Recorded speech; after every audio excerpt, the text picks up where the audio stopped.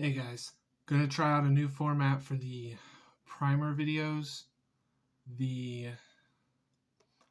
top-down view of physical cards, while really cool, heavily limited what decks I could cover. Also, don't mind the boxes in the background.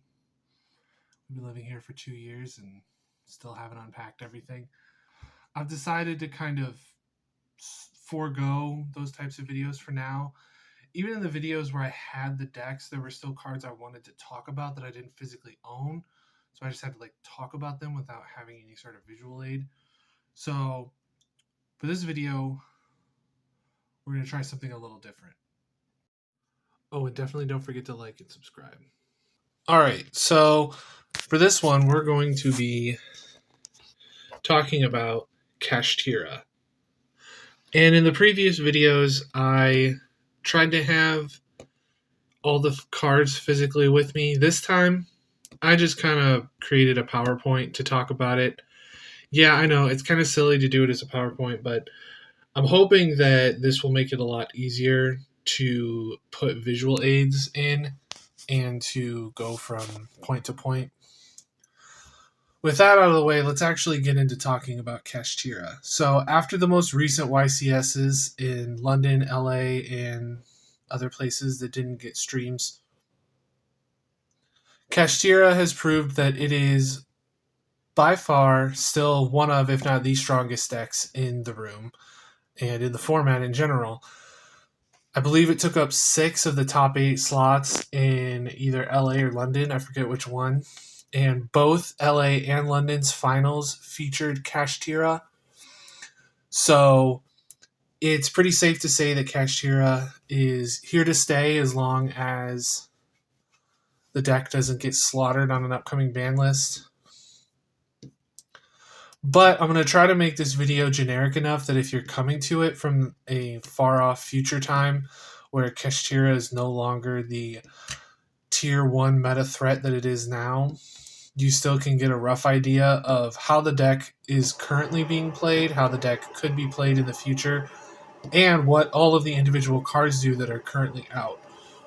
There are quite a few Kashtira cards that I'm not going to cover. The list of cards I'm covering are based loosely on the decks that topped YCS London. I included a card or two that did not top just because I think they're still important to know. They may not see play in the current variants of Kashtira, but they could hypothetically see play. And they also see play in other decks, so they're still important to know. So let's go ahead and talk about the Kashtira deck in general. The Kashtira deck is kind of broken down into 3 parts. The first part being the main deck monsters, the second part being the spells and traps, and the third part being the extra deck monsters, which at the current time is exclusively Xyz monsters. Kashtira, as an archetype, belongs to the larger Visa Starfrost archetype, or I guess lore archetype. Many of the cards within the archetype and within the auxiliary archetypes reference Visa Starfrost or reference aspects of Visa Starfrost. That's not going to be relevant for this video, but it could be important to know if you ever at any point want to splash this deck with another Visa deck.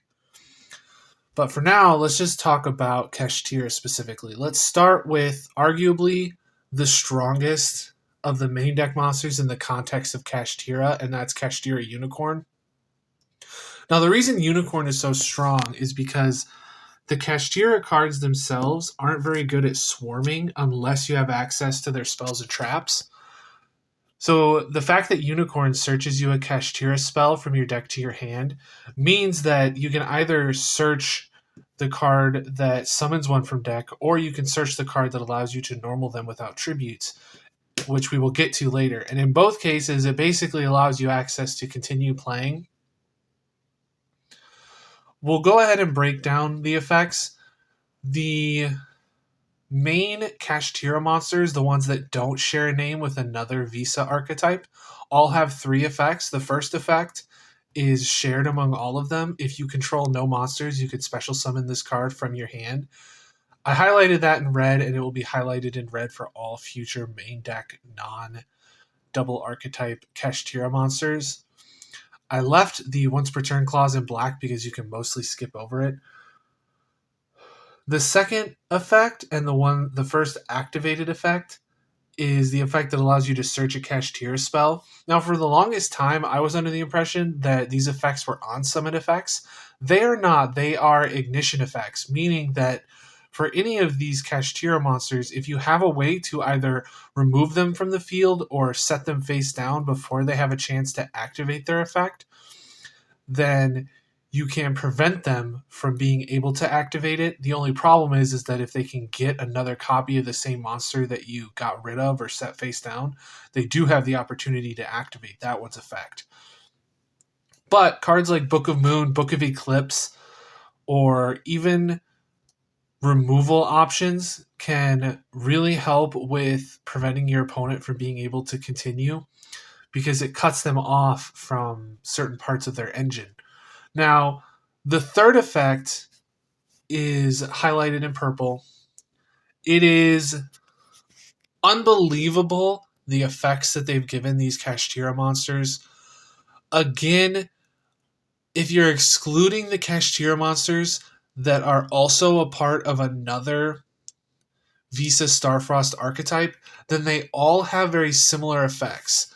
They activate either when this monster declares an attack or when your opponent activates a monster effect. Unicorn allows you to look at your opponent's extra deck, and if you do, banish a monster from it face down. Now that's unbelievably strong.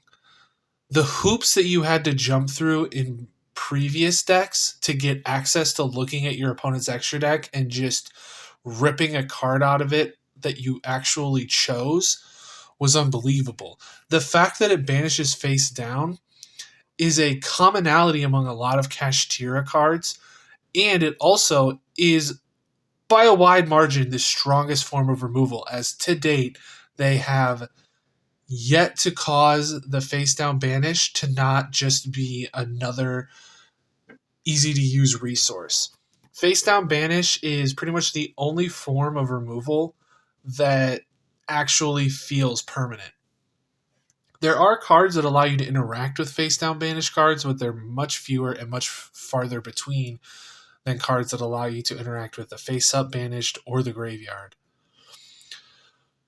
Now, the next monster, and probably the monster that's the strongest generically, is Kashtira Fenrir.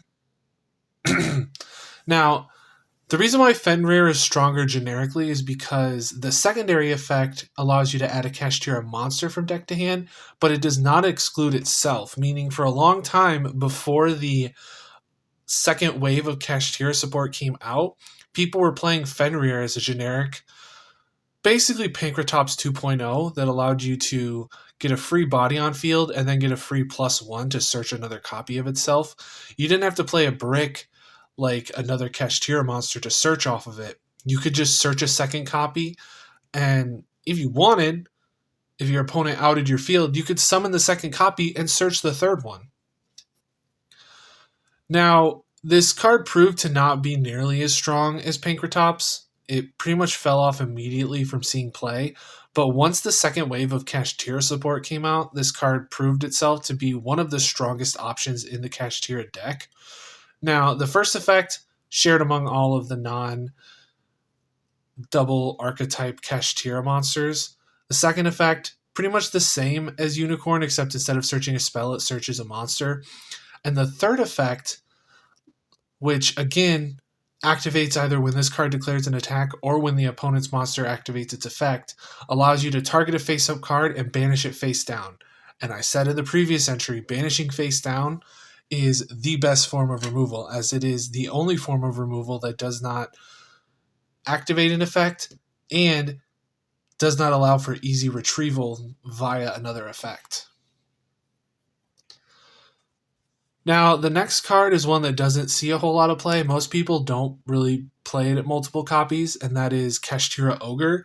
If you watched Progression Playoffs, then you know this card was an absolute staple. Funny enough, this card also has Monarch stats for some reason. That's not really relevant. I just think it's funny and worth mentioning. Now, first effect, shared among all of the Kashtiras that aren't part of another archetype as well. Second effect, this one searches a trap, making it by far the worst of the three searchers, but still worth playing for people that want to play the trap card. And the third effect, which activates when it declares an attack or a monster activates its effect, allows you to excavate the top 5 cards of your opponent's deck. You can banish one of the excavated cards face down and then return the cards to the top of the deck in the same order. Now, this is close to being able to sculpt your opponent's deck, but the only thing you're allowed to do is either let them draw the same card or let them draw the second card. That's really what you're controlling in terms of what the opponent draws next. But if you find that you have excavated a card that your opponent needs in the deck and may only play one copy of, banishing it face down can just completely end your opponent's game plan. But those are pretty niche scenarios. Overall, Ogre is just played as an option to get access to the trap and just as another Kashtira name to cycle through to try and get more summons. Now, I mentioned that some of the Kashtiras are also part of another archetype. Scareclaw Kashtira is also a part of the Scareclaw archetype. This card does not follow the same formula as the other Kashtiras. It does have 3 effects, but they aren't in the same format as the previous cards. The first effect is still the summoning condition, but instead of requiring you to control no monsters, it just lets you special summon it by banishing a Kashtira or Scareclaw from your hand or grave. And the second effect isn't even really an effect, it's just a condition, basically saying that it can attack while in defense position, super heavy samurai style. The third effect, again, not actually an activated effect, just more of like a continuous effect or a condition. It just says that if your Kashtira or Scareclaw monster attacks or battles, then the opponent's monster it's attacking or battling is negated. Which is cool, and it also gives you some added protection if you need to go in for an attack to trigger one of your Kashtira monster's effects. And this card did see pretty consistent play at the most recent YCS, but I think it was mostly just as a means of extending. And the fact that it banishes a Scareclaw or Kashtira card means that you can banish the spells and traps, which, and we'll get to it, have effects when they're banished. So this card is definitely worth playing in the Kashtira deck. I don't know if it's worth playing in a dedicated Scareclaw deck. I imagine it might be just as like a free extender. But this card basically allows you to up the ceiling on the number of free summons you can get in a given turn. And we'll kind of go over in more depth what cards allow you to kind of extend the number of level 7 summons you can make over the course of a turn. The next card is another card that belongs to 2 different archetypes. This is Tearlament's Kashtira. This card does not see play in the Kashtira deck.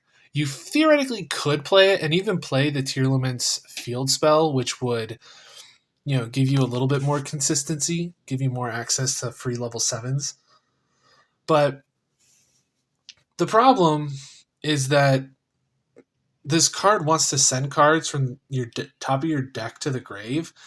In a deck that doesn't really want to do that, you don't really gain any advantage from milling cards in your deck. This card sees much more play in a dedicated Tearlament's deck, where milling cards is one of the most powerful things you could be doing on your turn. But it's still worth mentioning because it is technically an option and it does have the Kashtira name. In fact, Tearlament decks are even playing the Kashtira field spell to search this card. So that's interesting. Okay, so I completely forgot to add this guy to the slideshow, but we'll go ahead and talk about him real quick. This is one of the cards that raises the ceiling on the number of level 7 summons you can make in a turn. Now, you might be thinking, but Zach, this guy's a level 4. Well, let's go ahead and go over his effects. The first effect is if you control a Kashtira monster, you can special it from your hand, but you can't special summon from the extra deck for the rest of the turn except Xyz monsters, but you're not summoning anything except Xyz monsters anyway. And during your main phase, if this was normal or special this turn, you can banish a Kashtira card from your deck. as cost and then banish the top 3 cards of your opponent's deck face down. And if you banish any, this card's level becomes 7. So basically what you're doing is you're using this card to summon itself for free, probably searching it off of something like Fenrir, and then you are banishing a Kashtira card from your deck, which is probably one of the spells or traps which has an effect when it's banished. And then you are also banishing cards from your opponent's deck, which can sometimes mess up their game plan if you banish the right things. And then this card becomes 7, which allows it to become a free level 7 body on the field. Hence why this raises the ceiling on the number of level 7 summons you can make in a turn. Alright, back to the slideshow. So the first spell that I want to talk about is the field spell. For a lot of people, this is kind of where you start when it comes to talking about an archetype. But I feel like for me, I kind of want to talk about the monsters first and foremost. But the field spell does kind of bring everything together and help you understand what it is this deck aims to do. The first effect is the Spiral Resort clause that a lot of field spells have these days. Basically, this card functions as extra copies of whatever Kashtira monster you happen to need at that point. This also gives all of your monsters 100 attack and defense, and it's not Kashtira monsters, it's just monsters in general. And it's for each attribute on the field, but it counts your opponent's cards, so if your opponent has attributes that you don't, that gives you 100 extra attack and defense, which is relevant for Scareclaw Kashtira. And if Kashtira Shangri-Ira, a card we have not talked about yet, activates its effect, you can target a card on the field and destroy it. So this functions as consistency and it functions as removal, but the attack gain also helps with OTKs. This card is powerful, but overall, it doesn't do quite as much as some field spells these days do. But in a deck like Kashtira, it doesn't really need to do as much. Just functioning as 3 copies of any Kashtira monster you need, depending on the situation, is good enough. And the destruction effect, when Shangri-Ira activates its effect, doesn't come up often, I don't imagine, but comes up enough that it's worth pointing out. The next spell I want to talk about is Kashtira Birth. This card was included among the first wave of support. This card has 3 effects. The first effect is the effect that boosts the ceiling on the number of level 7s you can summon in a turn. This card allows you to normal summon level 7s without tributing, which is an exceptionally powerful effect because the Kashtira monsters summon themselves if you don't control any monsters. But then once you summon one, you control a monster, but you can't normal summon the Kashtiras without tributing 2 monsters because they're level 7. So Kashtira Birth allows you to circumvent that and basically makes it where you can search into this card, normal summon whatever other Kashtira you may have in your hand, and then assumedly that card has an effect, and then it allows you to overlay into one of their level 7 monsters, either Shangri-Ira or one of the other ones we haven't mentioned yet. And then it has a second effect, which just, again, raises the ceiling on the number of level 7 summons you can make in a turn, because it allows you to summon a non-Xyz Kashtira that is either banished or in the graveyard. So not only does this allow you to normal summon without tributing, but it also gives you a free body. And it has another effect where if a spell or card effect is activated by your opponent and you control a Kashtira, you could just DD Crow 3 of their cards, and instead of banishing them face up, they're banished face down, which again is the best form of removal. So this card just does an absolutely immense amount for the deck.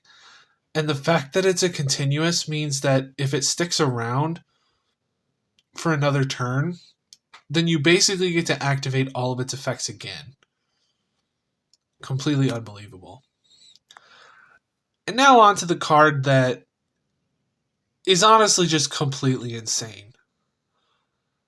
For those of you that aren't aware, the concept of a card that summons an archetypal or typal or attributed monster from deck is usually referred to as an emergency teleport.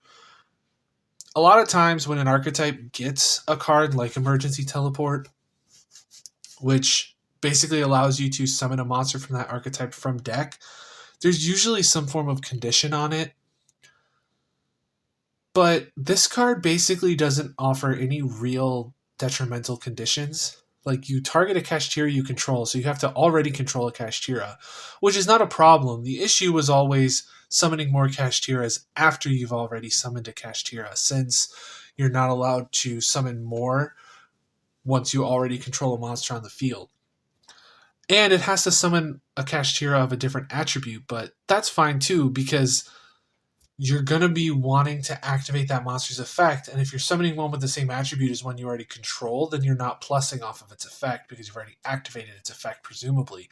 And it locks you into Xyz, which, as I've mentioned, is a non-issue. And it has that if this card is banished effect that I mentioned before. Basically, you banish it, you target a Kashtira card that isn't itself, and then add it to your hand. So the Rise Heart effect to banish from deck basically means that if any of your other Kashtira cards get banished, you can just add it back to your hand off of Theosis. It's wild how well these cards work together. And now, the last card I want to talk about from the main deck is the trap card, Big Bang. This is the card that you play if you decide that you want to play Ogre. It has two effects. The second effect I'll do first because it's the easiest. It's the if it's banished effect, you can target a Kashtira Xyz you control and add one of your Kashtira monsters that's attached to it to your hand and then special summon it. So basically this card again raises the ceiling on the number of level 7 summons you can make in a turn. And the second effect is if a Kashtira Xyz is on the field and a player controls 2 or more monsters, they must banish monsters they control face down so they only control 1. So basically this card evenly matched your opponent, like almost exactly the same thing as evenly matched. I mean, it could also affect you, but if you're activating the actual trap effect, odds are you're not going to have to banish anything face down because you've finagled your board in such a way that you don't have to. Again, this deck has so many weird, eccentric ways to summon more level 7s. And once we get to the actual rank 7s that this deck can make, you'll start to realize just how dumb it is, the number of rank 7s this deck is allowed to make. So now that we've fully explained the main deck, let's move on to the extra deck.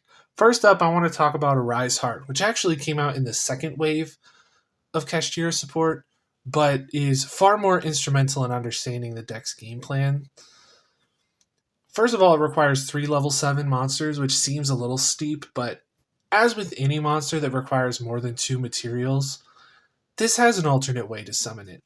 So, once per turn, you can also Xyz summon this card by using a Kashtira monster you control if Shangri-Ira successfully activated this turn.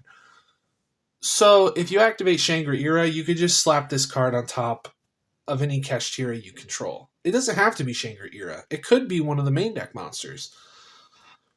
And, of course, as if this deck wasn't oppressive enough, we haven't gotten to why this deck is oppressive for the most part, but as if this deck wasn't oppressive enough, this card also has a macro effect built in. Any card sent to the grave is banished instead. Why does it have this effect? We didn't need this deck to have a very easy, very built-in way to suddenly cause all cards to be banished. The deck doesn't even really need to play Dimension Shifter when it's going first, because once it summons a Rise Heart, everything's getting banished anyway. Kodami is well known for giving legacy support to old archetypes and just giving them a floodgate, but when you print a brand new Tier 1 deck and suddenly give one of its most powerful cards a built-in floodgate effect, you're just asking for this deck to be oppressive and just completely unlikable. But anyway, let's move on to talking about the rest of the effects, both of which, by the way, are not hard once per turns.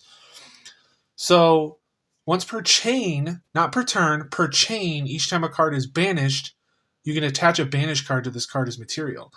Now that can be from either banished pile, and the fact that it says attached a banished card means that this is one of the few cards in the game that can interact with face-down banished cards.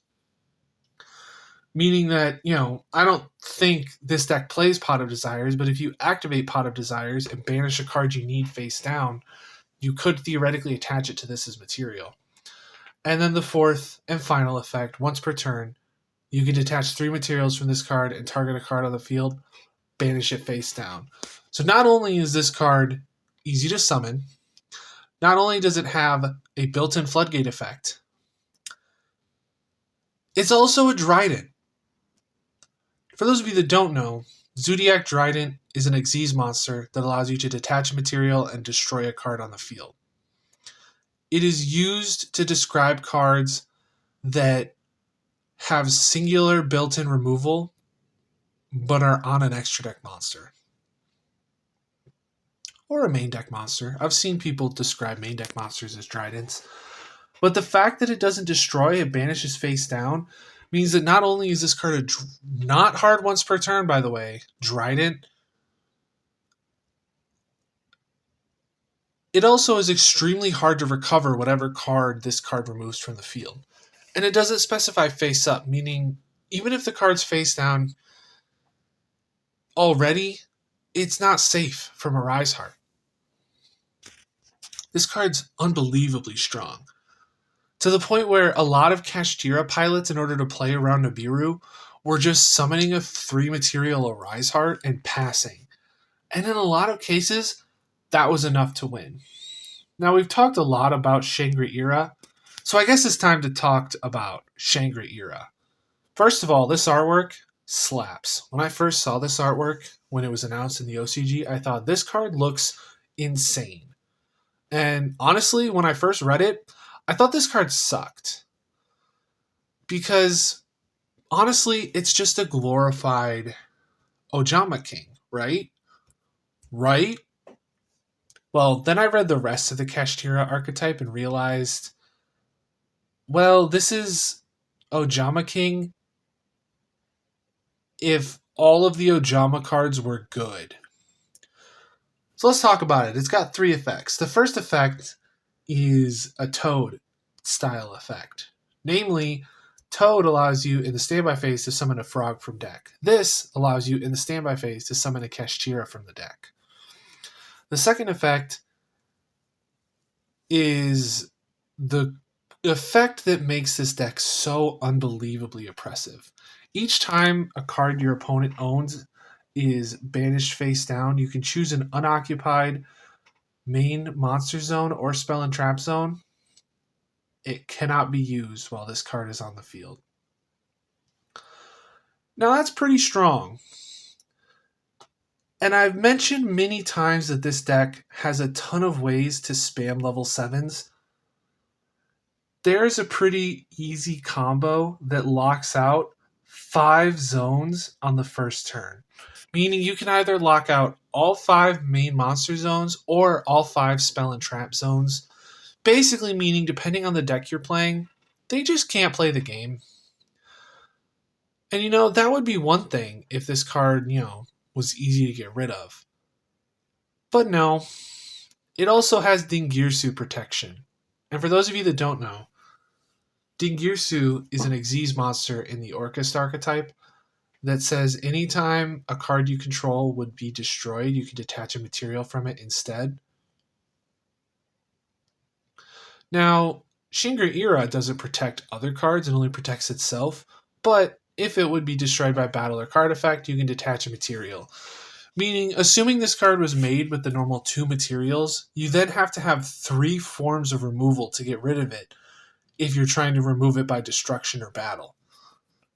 And the fact that it has 3,000 defense means that running over it by battle is actually a pretty hefty ask. So, in combination With all of the main deck monsters and their powerful searching effects, the ability to summon them easily, the spells and traps giving you extremely easy access to summoning a bunch of level 7s, and the fact that so many of the effects in this deck banish cards face down means that Shangri-Ira has an exceptionally easy time locking as many zones as possible. There's a pretty famous clip from, I can't remember which YCS it is, but there's a clip of somebody having 9 of their zones locked, and if they hadn't scooped the game, they probably would have had all 10 locked out by Shangri-Ira. Now, in some cases, this deck isn't quite as oppressive. It can only lock out 3 of your zones, but in some cases, that's enough. Now, let's go ahead and move on to the non-archetype extra deck monsters. I'm going to talk briefly about these 3. They're level 7s, or rank 7s, I guess, as it were, that never really had a chance to see play in a modern context. Dracosac and Big Eye were really good a long time ago, back when, rank 7s were something that you could feasibly make.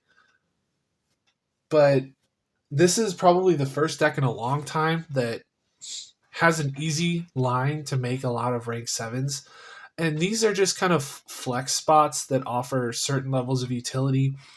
Dark Armed is yet another Trident. Dracosac basically just offers protection. Again, it also is a bit of a Trident. And Big Eye is Change of Heart. Soft once per turn Change of Heart. You detach a material and take control of an opponent's monster. They're not very strong. They don't make up the end board for any sort of Kashtira, but if you're going second or if you're on turn 3 and you find yourself in weird gummy board states, these cards can sometimes help you out those situations. And the extra deck is not very tight, so you can just kind of throw whatever rank 7s you want in there.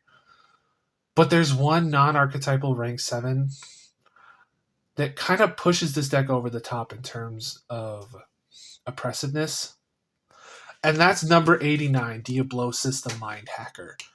Now, much like the Kashtiras, this card has 3 effects. I've highlighted them similarly to the effects of the Kashtiras. We're going to skip the first effect because it's the one that everyone cares about. Second effect is at the end of the battle phase, if this card destroyed a monster by battle, you can target a card to your opponent's graveyard and banish it face down. That's pretty good. Little situational. Having effects that triggered in the battle phase aren't usually worth it in a modern context, but if it's just like an added effect, like a bonus effect, then usually it's fine and it might come up every once in a while. And then the third effect is if a card your opponent owns and possesses is banished face down while you control this card, you can banish cards from the top of your opponent's deck face down equal to their face down banished cards. So that second effect also triggers the third effect. And that third effect is exceptionally oppressive in a deck that does nothing but banish their opponent's cards face down. Speaking of banishing your opponent's cards face down endlessly, let's take a look at that first effect now. Soft once per turn, by the way. You detach a material, look at your opponent's extra deck, and banish a card from it, face down. So this has the exact same effect as Unicorn's third effect, but this one is just a detach a material. It's an ignition effect. No weird hoops you have to jump through to suddenly make it trigger. This card not only gives you knowledge of what's in your opponent's extra deck, this card alone has forced players to play 2 copies of cards that they wouldn't normally play 2 copies of, just so that Kashtira can't banish it from their extra deck face down. This card raises the ceiling on the number of monsters and cards you can banish face down from your opponent. This card is, in my opinion, by a pretty wide margin, the most oppressive part of this deck. If it wasn't for Diablosis, you wouldn't be able to Shangri-Ira as efficiently as you do, because That first effect banishes face down, locks a zone. That third effect banishes more cards face down, and then locks another zone. This card not only rips a card out of your extra deck and then banishes cards from the top of your deck face down, it also fuels your Shangri-Ira. And if you're able to summon multiples, this one card represents 4 zone locks.